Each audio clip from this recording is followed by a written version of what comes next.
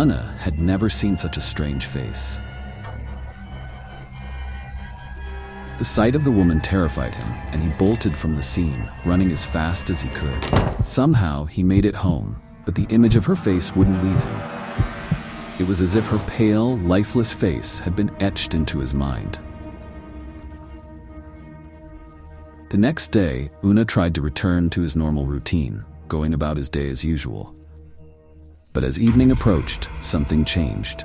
He began to feel an unsettling presence around him, as though someone or something was watching him, always just out of sight.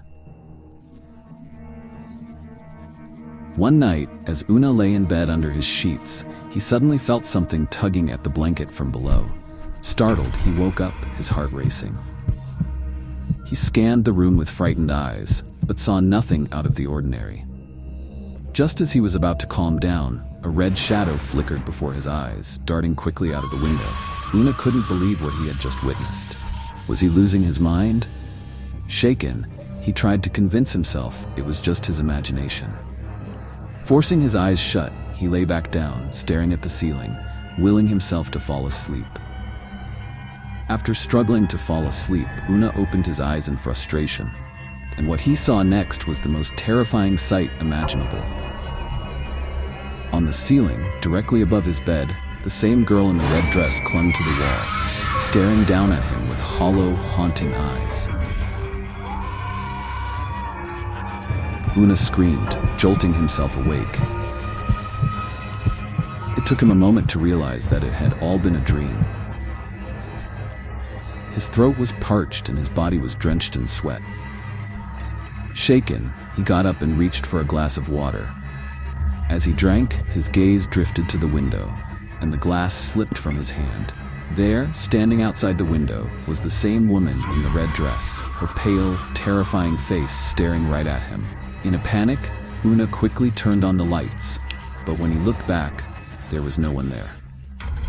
Day by day, the strange incidents intensified. Onna began seeing her everywhere. Akai Onna seemed to appear wherever he went, haunting his every step. Desperate, he confided in some of his friends, but none of them believed him. The only thought that consumed his mind was whether he would be the next to disappear. Unna's fear grew with each passing day. One night, overwhelmed by the terror, he decided to go to the police for help. But just as he was about to leave, he heard the creak of the main gate opening. His heart raced. Summoning all the courage he could, Onna stepped outside to investigate. He found the front door wide open, and a gust of strong wind howled through the entrance. Onna called one of his friends, desperately recounting everything that had happened. His voice trembled as he described each terrifying incident, but suddenly he went silent. He could feel someone's breath on the back of his neck. It felt like someone was standing right behind him. In a panic, Onna felt a cold hand brush against his neck. His eyes darted toward the mirror, and he froze.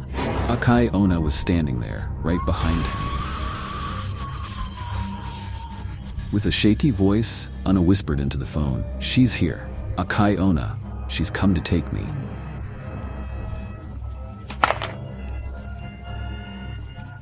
His friend rushed over to Unna's house as fast as he could.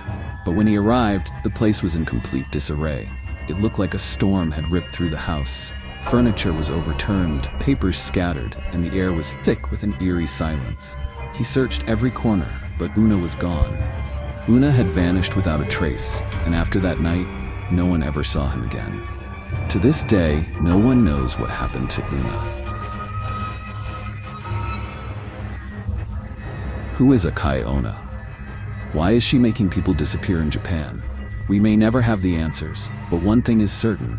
If you ever see a woman in red standing alone in the dark, it's best to turn around and walk away. Don't forget to subscribe to our channel for more chilling stories.